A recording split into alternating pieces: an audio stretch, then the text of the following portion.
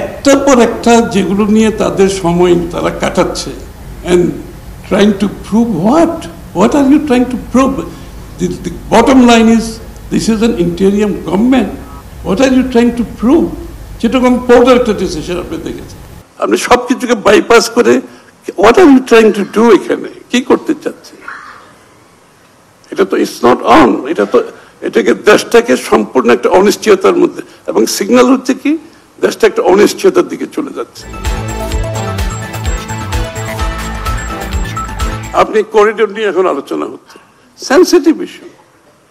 মিয়ানমারে আপনি মানবিক করিডোর করবেন, ভেরি সেন্সিটিভ ইস্যু।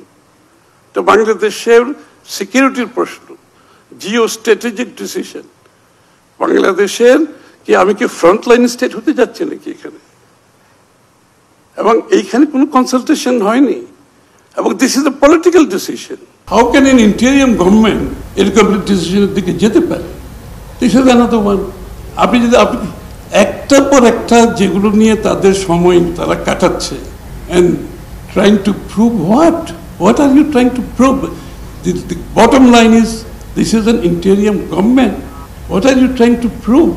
চিটাগং পোর্টের একটা ডিসিশন আপনি দেখেছেন, আপনি সবকিছুকে বাইপাস করে what are you trying to do এখানে কি করতে চাচ্ছেন?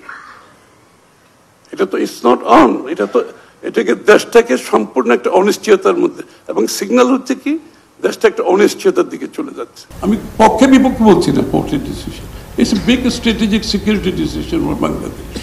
একটা নন পলিটিক্যাল গভর্নমেন্ট, একটা ইন্টেরিয়াম গভর্নমেন্টকে এগুলোতে ইনভলভ হওয়ার দরকার আছে। They are doing just about everything except যে রোডম্যাপ দেওয়ার কথা নির্বাচনে, বাংলাদেশকে গণতান্ত্রিক অর্ডারে ফিরিয়ে আনার জন্য যে আন্দোলন, যে ত্যাগ মানুষ স্বীকার করেছে, except that we are talking about everything else and trying to blow things out of proportion. অথচ বাংলাদেশের মানুষ তার মালিকানা ফিরে পাওয়ার জন্য জীবন দিয়েছে, ত্যাগ স্বীকার করেছে, এবং তার ডেমোক্রেটিক অর্ডারের জন্য আমরা মানুষ 14-15 বছর ধরে যুদ্ধ করেছি। সেই আলোচনা ব্যতিরিকে আমরা we are doing everything. What does it, এই সিগন্যালের মাধ্যমে আপনি কি প্রমাণ করতে চান?